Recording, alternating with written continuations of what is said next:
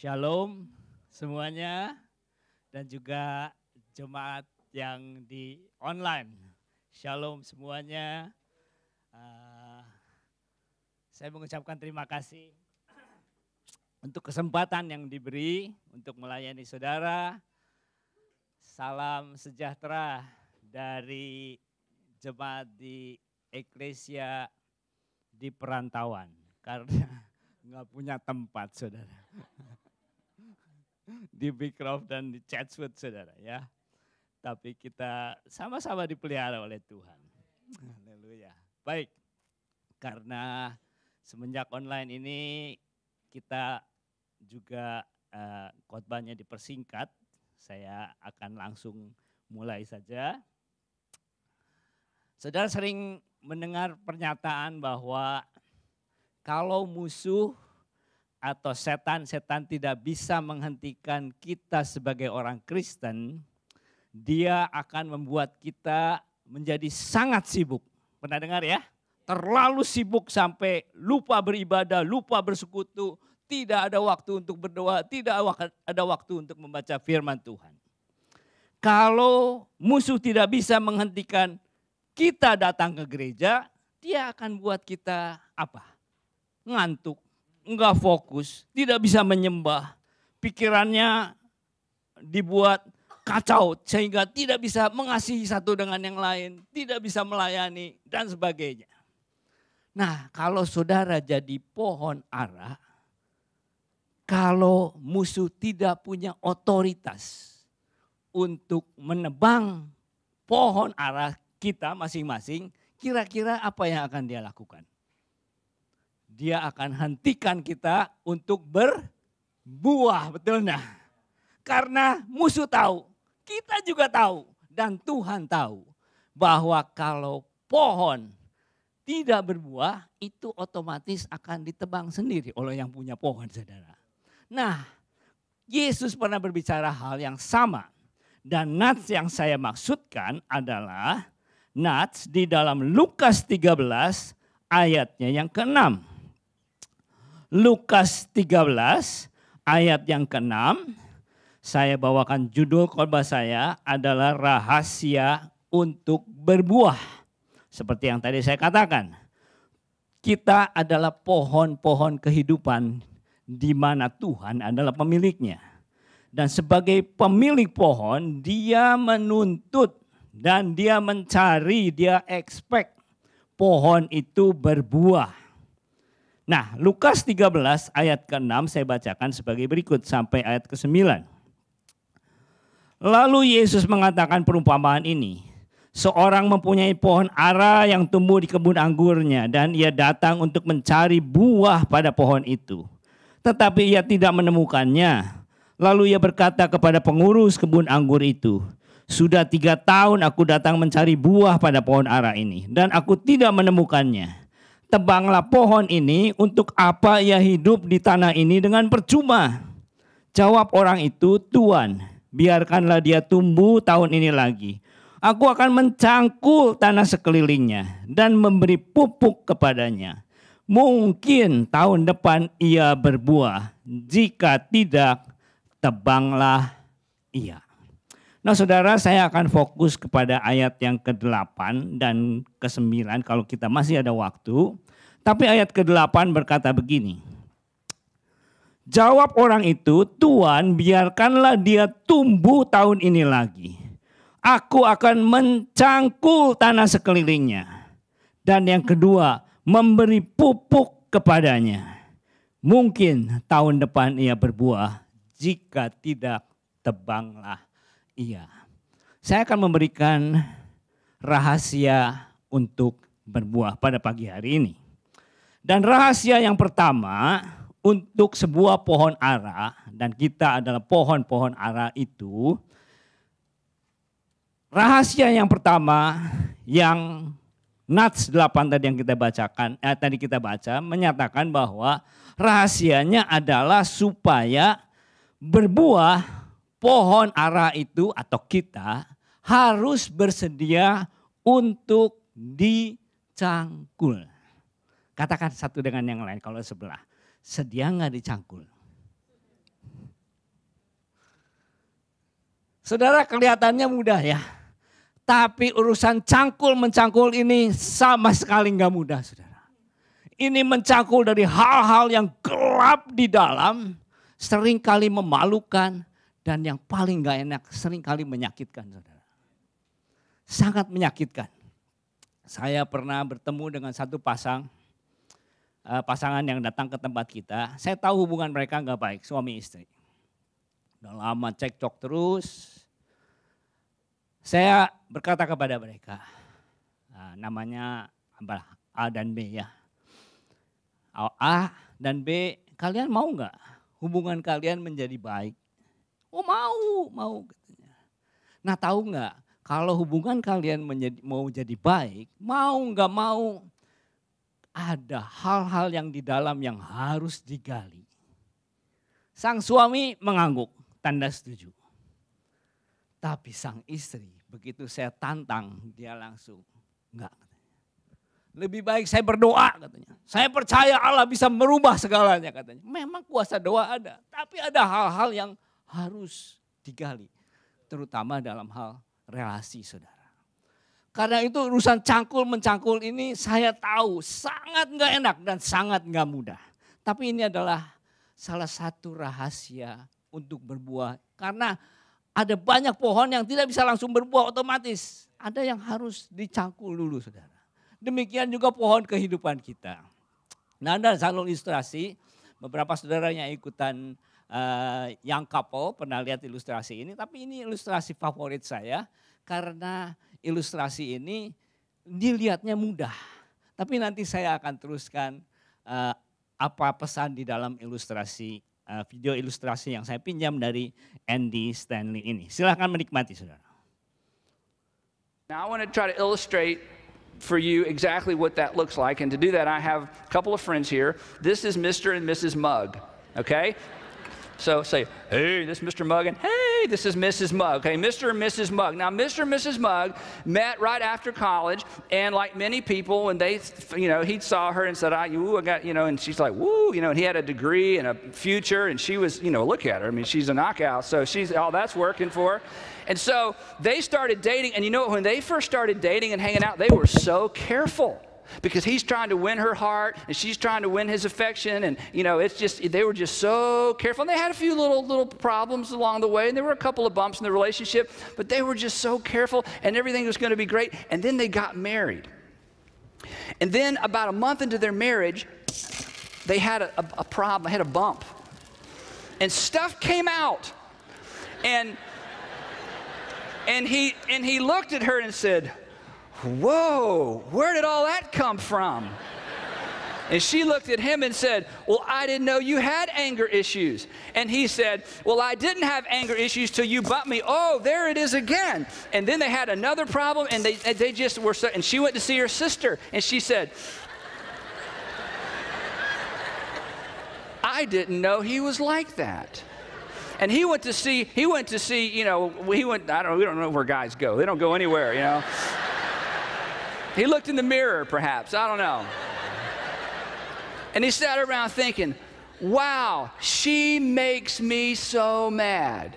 She makes me so mad. Whenever she brings that up, I just get mad. And if she would quit bumping me like that, then I wouldn't be so mad. My wife, she has issues. And so he says to her, when we were dating, I didn't see all this. Where's all that coming from? She says, well, every time we get in an argument, you make me act that way. Now, it's been entertaining so far, even if you haven't learned anything, right?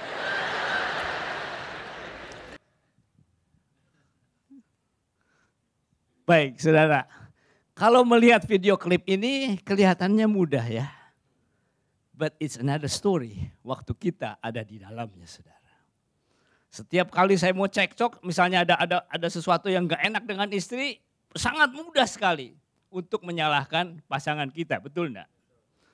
Pertanyaannya, dari mana benih-benih yang biru itu muncul dari sang suami? Dari mana benih-benih yang pink itu muncul dari sang istri? Saya percaya kalau saudara jadi suami, saudara akan menyalahkan pasangan saudara gara-gara dia. Habis dia nggak nurut sih perkataan saya. Coba dia nurut, nggak bakalan terjadi. Betul nggak suami? Sang istri juga sama kan. Sang salah suami saya, orang saya nggak pernah begitu kayak gitu dari dulu kok. Belum menikah saya nggak pernah begitu. Sejak menikah aja jadi begitu. Tapi siapa yang percaya bahwa Tuhan lebih tahu daripada kita sendiri. Mengenal diri kita sendiri. Kenapa benih-benih yang biru itu muncul dan biji-biji yang dadu itu muncul dari sang istri? Karena memang sudah ada dari situ sebelumnya. Bahkan sebelum menikah. Dan selagi orang-orang itu, suami itu menyalahkan istri, istri menyalahkan suami. Dan waktu kita menyalahkan orang-orang di sekitar kita, orang-orang di gereja, orang-orang di tempat kerja, orang-orang di traffic, orang-orang di tetangga dan di mananya, sebetulnya Tuhan yang lebih tahu daripada kita itu lagi memberitahu kepada kita semua, itu loh ada benih-benih di dalam diri kita masing-masing ini yang kamu ini gak sadar sudah ada di dalamnya sebelumnya. Jadi mereka-mereka ini pasangan kita, orang-orang di gereja, orang-orang di tempat kerja dan semuanya itu cuma sarana-sarananya Tuhan untuk memberitahukan kita. Dan inilah rahasia yang pertama untuk kita bisa berbuah, yaitu bersedia dicangkul. Gak enak keluar ya saudara. Dan kadang-kadang kita nggak mau mengakuinya.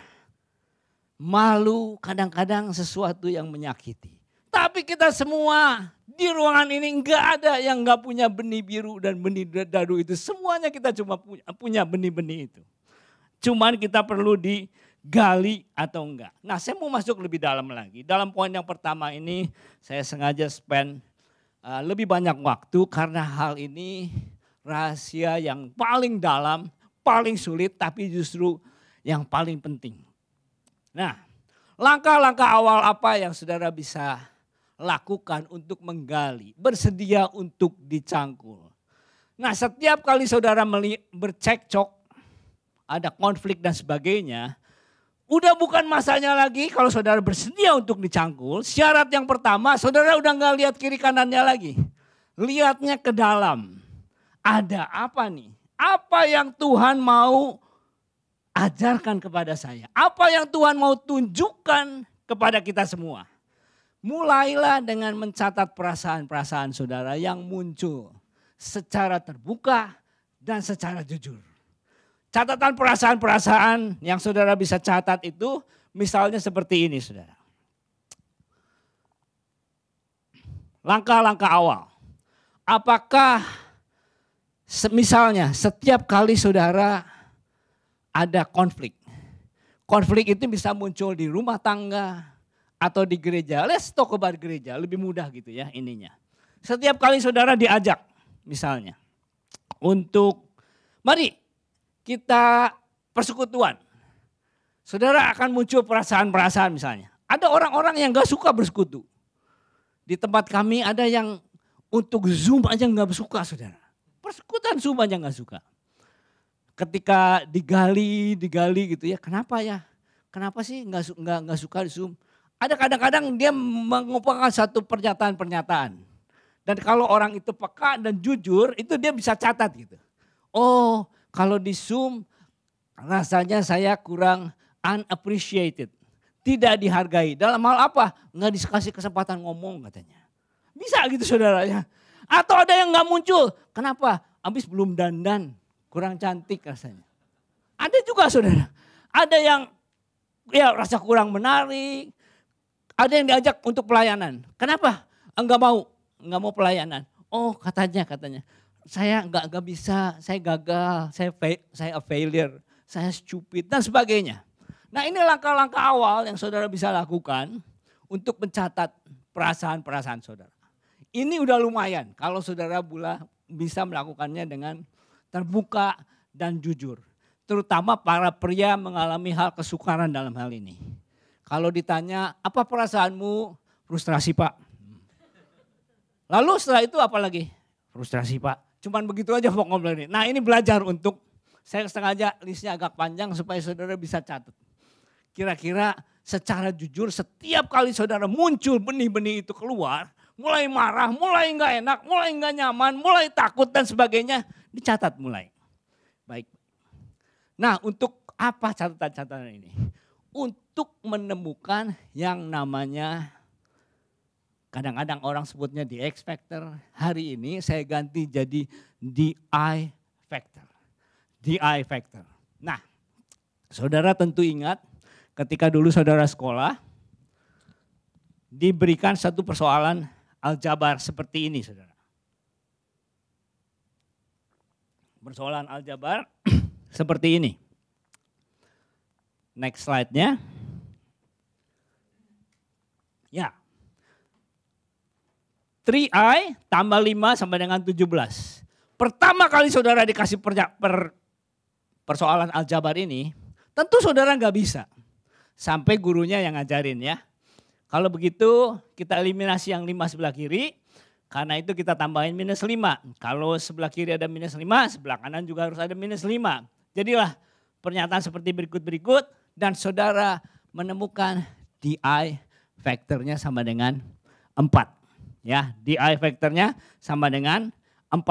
Dan saudara menjadi skillful. Menjadi ahli menemukan di factor ini. Nah, kalau saudara sudah menjadi ahli, next slide-nya, saudara bisa perhatikan. Di dalam aljabar ini, persoalan aljabar ini, ketika saudara menemukan di factor, saudara udah gak pusing lagi.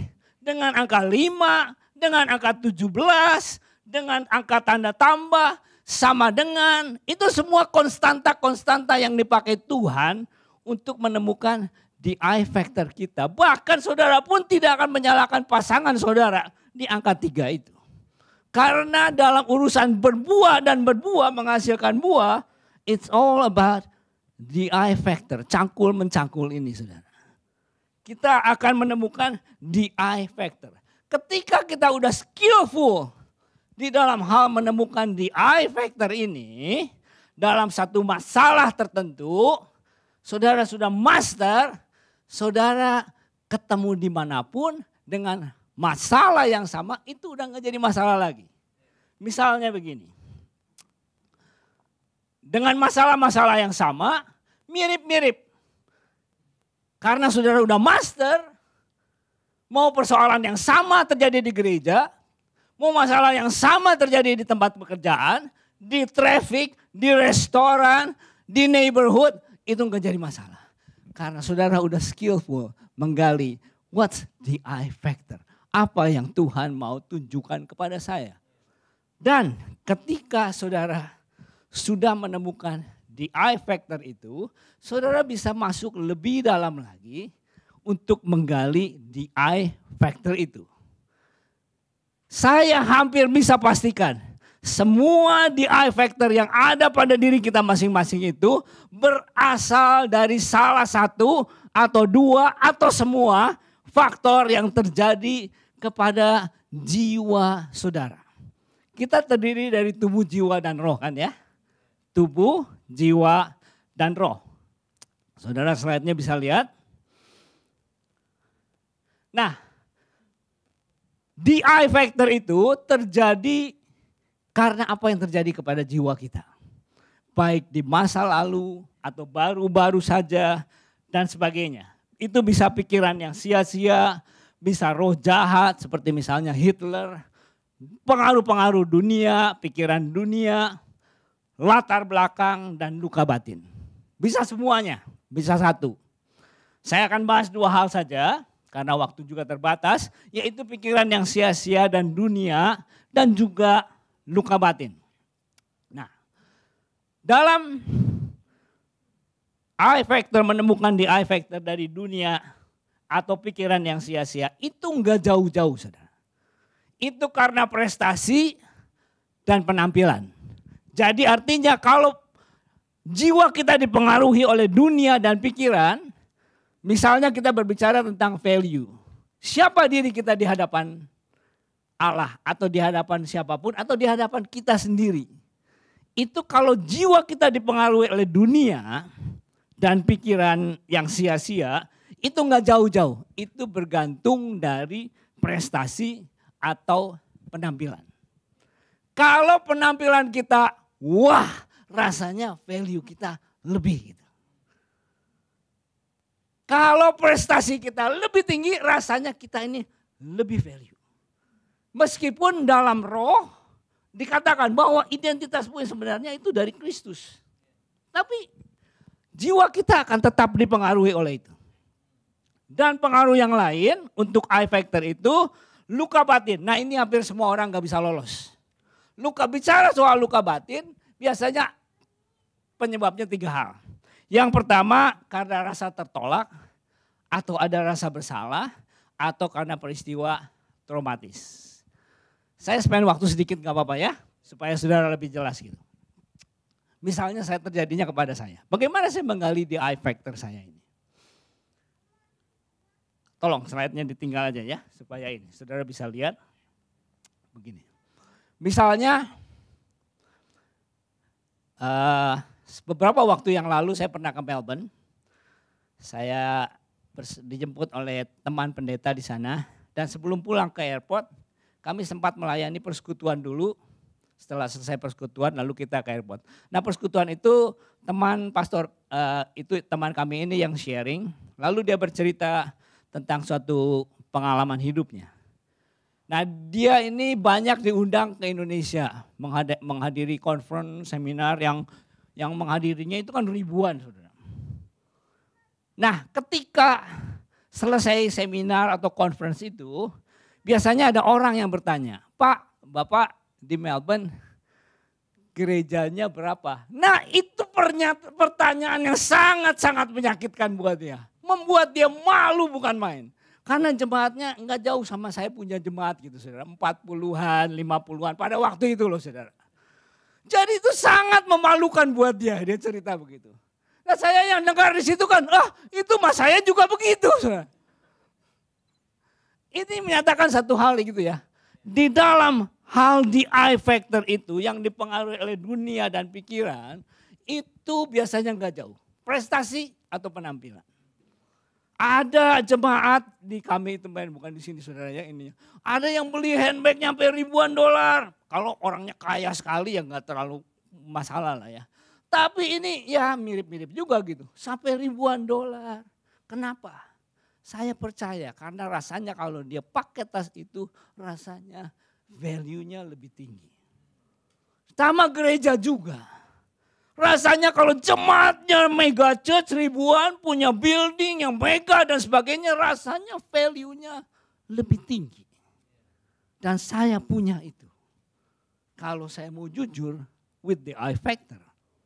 Dalam hal yang luka batin misalnya. Yang luka batin. Saya perhatikan saudara. Kenapa ya kalau saya ke tempat-tempat yang ramai gitu. Terutama ada ras-ras tertentu di situ yang ngumpul gitu. Waduh kayaknya rasanya udah gak betah. Saya gali lagi. What's the I factor? Ya saya temukan. Dulu di Indonesia kami ini kan minoritas. Udah saya Katolik dulu. Tapi Chinese. Banyak dibully kan. Oleh suku-suku tertentu. Jadi di sini kalau ketemu yang rame-rame ada ras-ras tertentu. Gak enak gitu rasanya. Udah gak betah dah. Ngapain dah ini. Tadi I factornya memang begitu saudara. Atau ada juga traumatisnya, ya itu peristiwa yang traumatis ya. Tapi ada juga yang misalnya karena rasa bersalah. Rasa bersalah memang ada dua, ada subjektif dan objektif. Saya tidak terlalu dalam lah. Tapi waktu saya perhatikan kenapa saya punya perasaan-perasaan tertentu. Seperti misalnya kalau dalam melakukan hal sesuatu. Atau dalam hal suatu kompetisi atau apa saudara. Saya akan lihat dulu siapa nih lawannya. Apa nih lingkungannya. Kalau kira-kira saya nggak bisa mencapai target yang saya perkirakan. Udah mendingan gak usah ikut deh kompetisinya. Ketika saya gali di I factornya. Ternyata waktu kecil mama saya itu jarang memuji. Jadi kalau dapat angkanya misalnya 10 dia diem aja gak dipuji. Tapi kalau udah di bawah 10 berapa? Lalu dikritik. Itu menimbulkan luka batin. Rasa bersalah kalau enggak mencapai hal itu.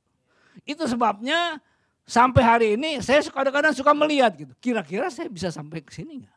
Kalau enggak, mending jangan deh.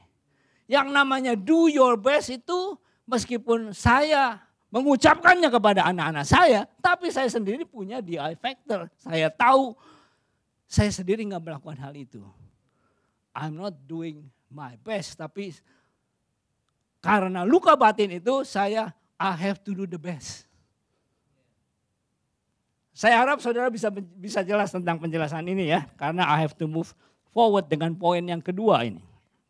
Nah saya mau katakan urusan cangkul-mencangkul ini gak mudah. Meskipun sampai step yang saya jelaskan tadi belum tentu saudara sembuh seperti yang saya alami ini. Nanti saya akan bahas di poin yang kedua selanjutnya. Tapi poin yang kedua. Rahasia untuk berbuah. Yang tadi bersedia untuk dicangkul. Yang kedua bersedia untuk diberi pupuk. Ayatnya tadi berkata, izinkanlah aku untuk mencangkul tanah di sekelilingnya dan aku akan memberi pupuk kepadanya. Nah di dalam hal memberi pupuk, ada 3 hal yang saya mau bahas. Koneksinya, cara, dan bahannya. Saya tadinya menyadari hal ini sampai pandemik ini terjadi, saudara. Ketika pandemik ini mencelikan mata saya, khususnya di bagian yang pertama, di bagian connection ini.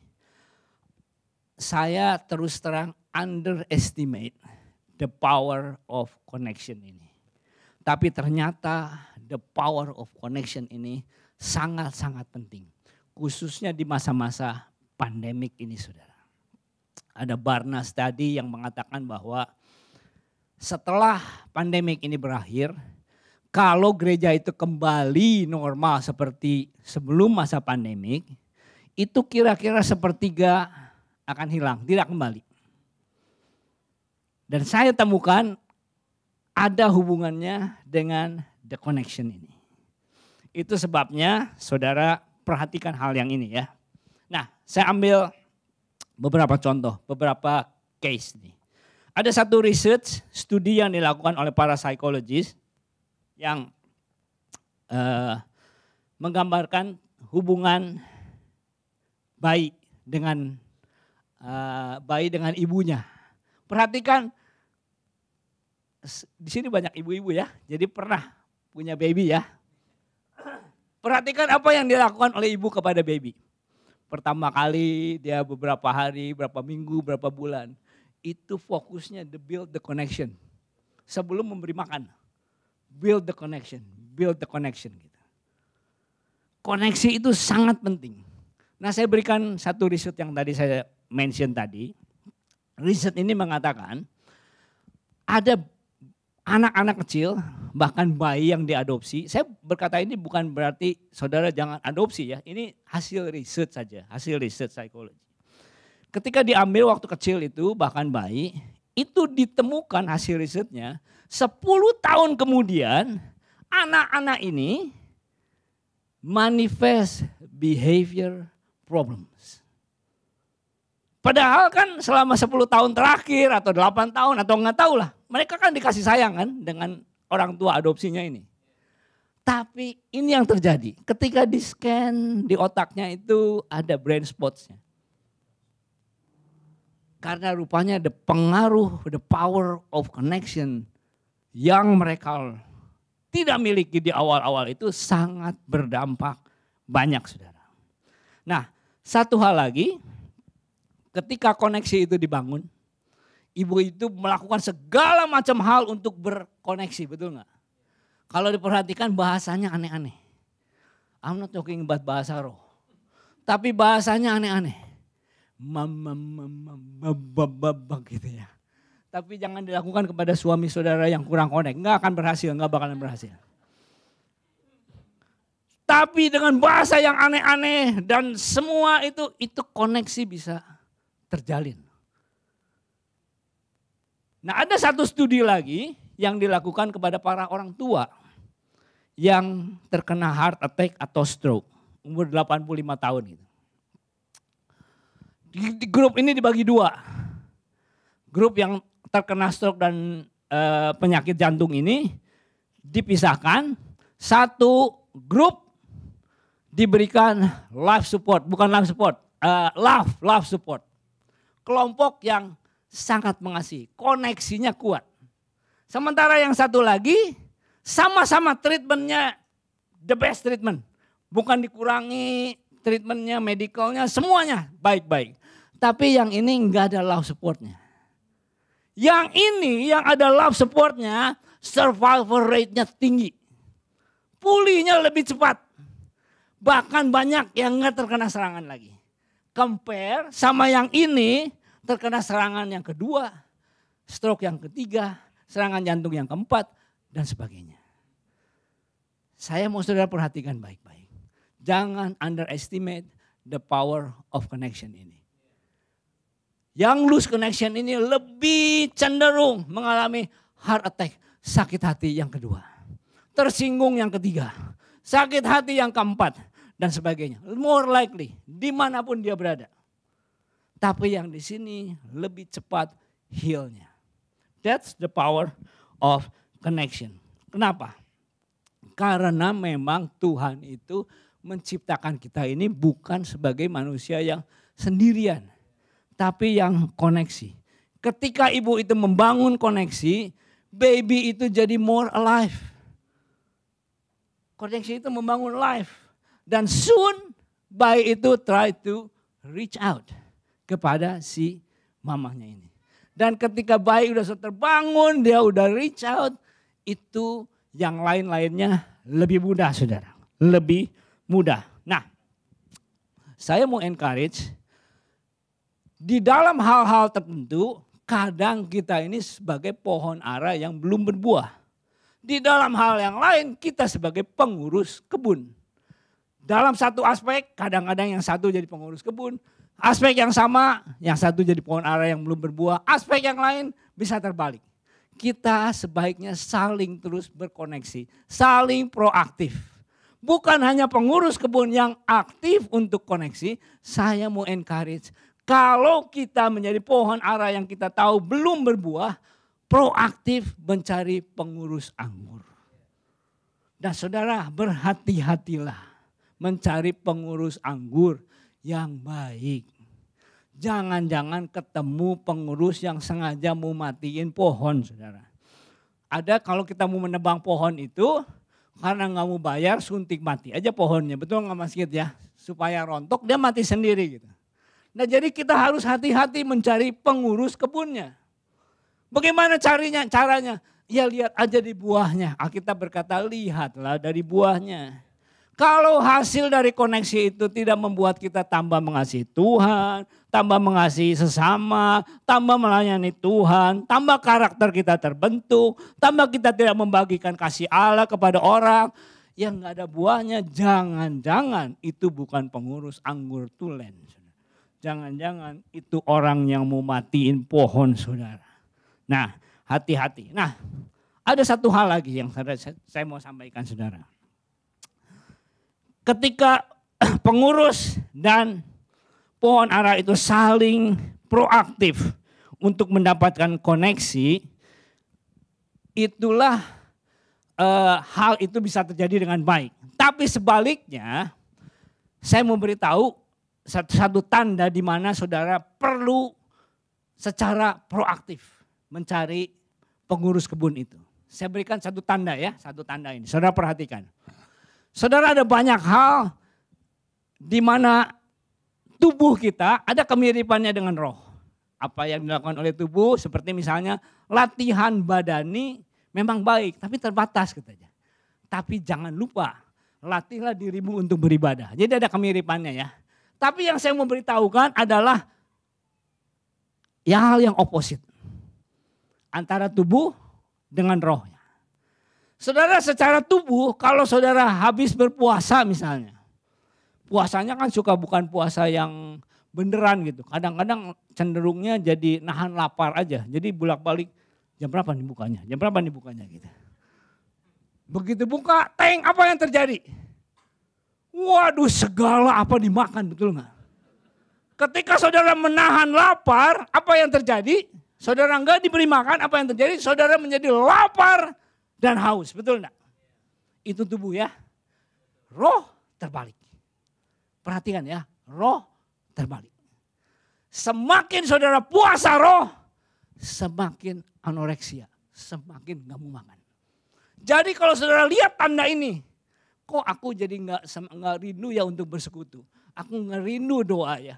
Aku nggak rindu untuk firman Tuhan dan sebagainya.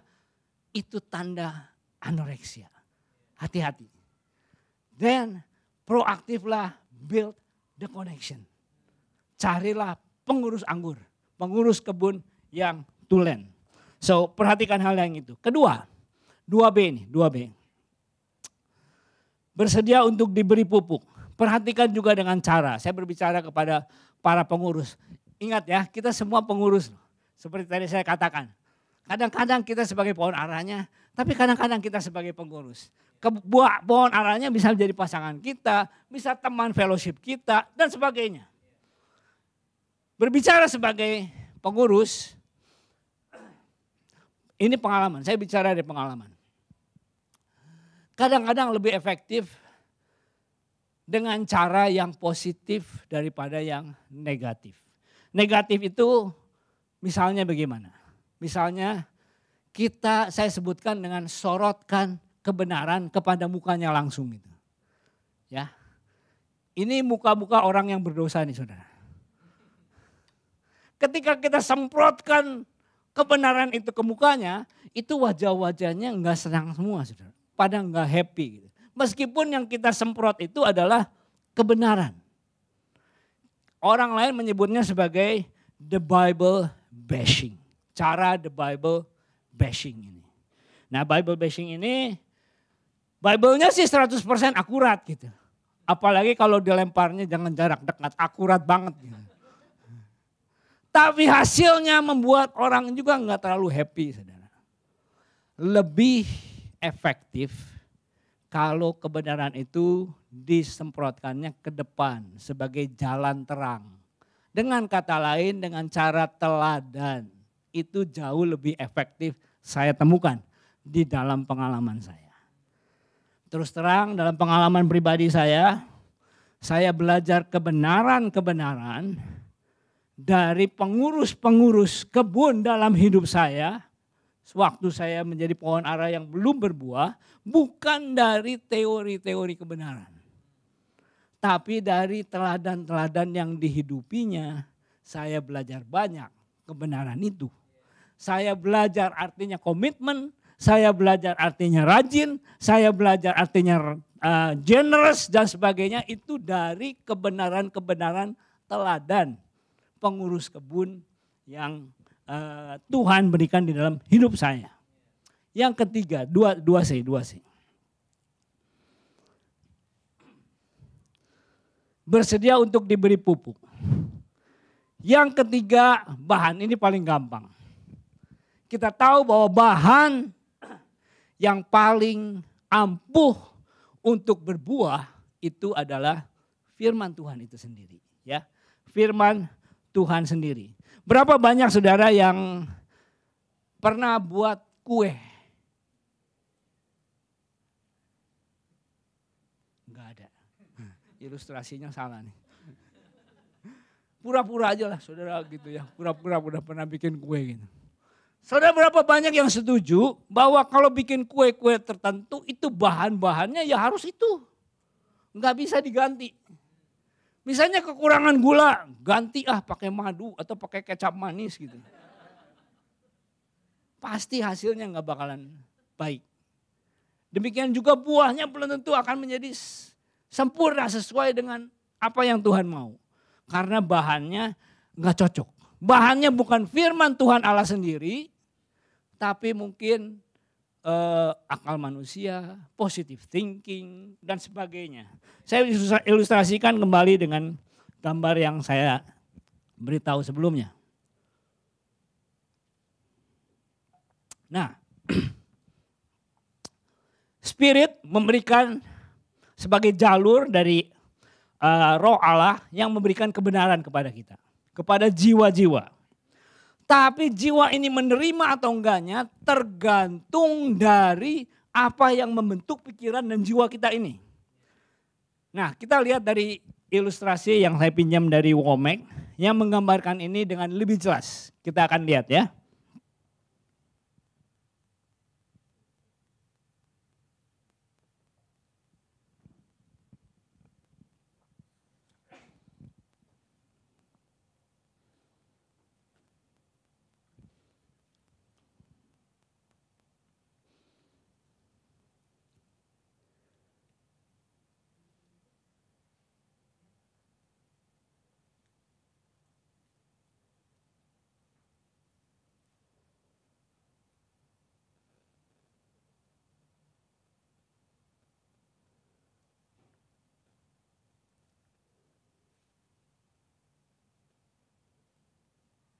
Bisa?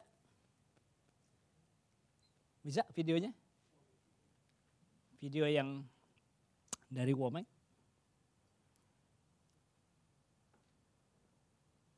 In verse 2, it says, don't be conformed to this world. The word conform there means to be poured into the mold of. In other words, there's pressure from the world, from the devil, from unbelievers, from circumstances. You can't go through life without being pressured. You come into this life innocent and pure, but you don't exit that way just automatically. You're going to be melted, but you get to pick what mold you fit into. Ya, saudara sadar atau tidak sadar, pikiran kita itu dibentuk, dimold oleh hal yang tadi saya sampaikan. Dunia, pikiran yang sia-sia, roh-roh jahat, dan sebagainya. Yang mestinya yang membentuk kita adalah yang dari roh ini saudara, yang dari sebelah kanan ini. Karena dari roh itulah firman itu yang membentuk kita yang sebenarnya. Saya ambil contoh, misalnya dalam hal kebenaran menemukan jati diri. Kenapa pengkhotbah berbicara tentang jati diri udah berapa kali ya No ya? Berapa kali, tapi nggak masuk-masuk. Bahkan kalau mau jujur, saya sendiri pun yang khotbah kadang-kadang masih dipengaruhi juga saudara. Itu karena jiwa dan pikiran kita ini yang dibentuk tadi ini. Nah yang paling benar itu adalah firman Tuhan itu sendiri. Slide yang selanjutnya ini. Karena dari firman ini, slide yang selanjutnya, itu menggambarkan siapa diri kita di hadapan Kristus. Tapi kalau kita mengizinkan baik sadar atau enggak sadar, pikiran dan jiwa kita ini dibentuk oleh hal-hal yang lain yang bukan dari firman Tuhan yang kita bisa lihat dari dunia. Yang seperti tadi menurut penampilannya, menurut prestasinya dan sebagainya. Atau apa yang kita rasakan di dalam jiwa dan pikiran kita dan sebagainya itu. Yang membentuk jati diri kita itu. Saya harap saudara bisa mengerti bahan yang untuk membentuk atau membuat kita berbuah, menemukan di X factor, menyembuhkan di X factor ini, I factor maksud saya, adalah firman itu sendiri. Sampai benar-benar saudara terima, ya benar terima. Saya mau pakai baju yang puluhan dolar, ribuan dolar, enggak merubah value saya. Gereja saya mau dikasih gereja besar, mega church atau sebagainya, enggak merubah identitas gereja yang dikasih oleh Tuhan. Dan berbagai macam halnya. Prestasi saudara bukan berprestasi dengan gaji yang luar biasa dan sebagainya. Enggak merubah sama sekali. Itu baru saudara bisa terima terus sampai yakini benar-benar. Dan saudara harus jujur terus. Ketika saudara temukan, iya ya masih malu nih. Iya, berarti belum. Terus dilakukan saudara. Untuk terus-menerus diperbaharui. Nah. Yang terakhir dengan singkat saja ya 5 menit saudara. Lalu kita akan selesai. Yang ketiga. Yang pertama untuk rahasia berbuah bersedia untuk dicangkul. Yang kedua bersedia untuk diberi pupuk. Yang ketiga saudara harus bersedia memberi waktu. Memberi waktu saudara. Ini pohon ara ketika saya di rumahnya Ibu Erlin. 2 bulan sebelumnya, Bu Erlin, saya mau ambil foto pohon ara ya. Waduh, masih gundul katanya sebelah di kiri begitu. 2 bulan kemudian saya lihat daunnya udah banyaknya minta ampun. Tapi saya tetap belum menemukan buah. Kenapa? Karena memang memerlukan waktu, saudara. Ada banyak orang yang gak sabar. Pak, saya udah pupuk nih Pak, saya udah gali, saya udah pelayani sebagainya. Kok kenapa buahnya gak berhasil, belum nongol-nongol ya? Kenapa saya belum melihat hasilnya? Ya karena kadang-kadang pohon itu harus menunggu waktu. Tidak bisa langsung berbuah, saudara. Kita ini domba-domba itu namanya juga biri-biri. Biri-biri itu jalannya lambat. Kalau cepat itu namanya buru-buru. Kalau gembala sidang, Pak, boro-boro, biri-biri. Boro-boro, buru-buru, biri-biri juga bukan, Pak. Nah, saya akan tutup dengan ilustrasi burung yang ada di balkon saya, saudara. Pertama kali saya lihat burung ini, saya mau beri makan malah kabur. Nggak mau. Sampai akhirnya saya berikan roti di situ, dia mau hinggap. Tapi di dalam hal membangun koneksi, membuahkan hasil di mana kami punya relasi yang baik antara burung dan saya, itu memakan waktu, saudara. Sampai dia mau hinggap di tangan saya, bahkan sampai foto yang selanjutnya, dia mau menstrok di pundak saya.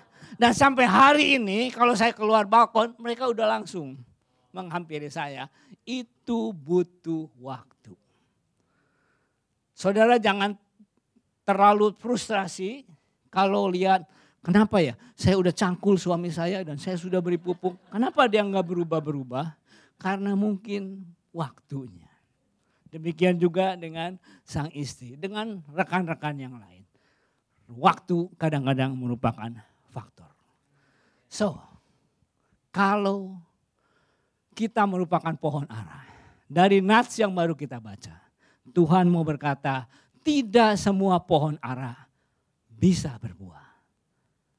Atau lebih tepatnya, tidak semua pohon ara di gereja ini berbuah. Tapi, saudara bisa menjadi setiap pohon ara yang berbuah. Berilah diri untuk dicangkul, diberi pupuk, dan bersabarlah memberi waktu kepada Tuhan. Amin. Tuhan memberkati.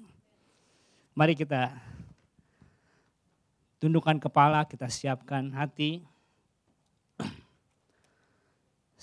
Nanti worship leader akan memimpin kita dalam satu lagu pujian. Kita akan naikkan bersama-sama untuk itu. Tapi sebelumnya kita berdoa. Bapa Surgawi, terima kasih untuk firman-Mu Tuhan. Kami mengakui bahwa kami semua jauh dari sempurna. Kami memiliki yang namanya the I factor Tuhan. Kami mempunyai luka batin. Kami mempunyai hal-hal yang mempengaruhi pikiran dan jiwa kami. Tapi kami mendengar firman-Mu Tuhan. Dan kami tahu bahwa Engkau mengingini buah dalam hidup kami. Untuk itu Tuhan, kami mohon supaya Kau lembutkan setiap hati di tempat ini dan di online. Supaya kami boleh menjadi rindu menjadi pohon-pohon ara yang berbuah. Buah yang memuliakan nama Tuhan. Buah pelayanan, buah pertobatan, buah jiwa-jiwa, buah roh yaitu karakter-karakter ilahi yang dihasilkan dari hidup kami. Yang semuanya memuliakan nama Tuhan. Itulah buah yang Tuhan mau dari setiap kami. Lembutkan hati kami Tuhan, supaya kami semua di sini boleh menjadi pohon ara yang memuliakan nama Tuhan. Di dalam nama Yesus kami sudah berdoa. Amin.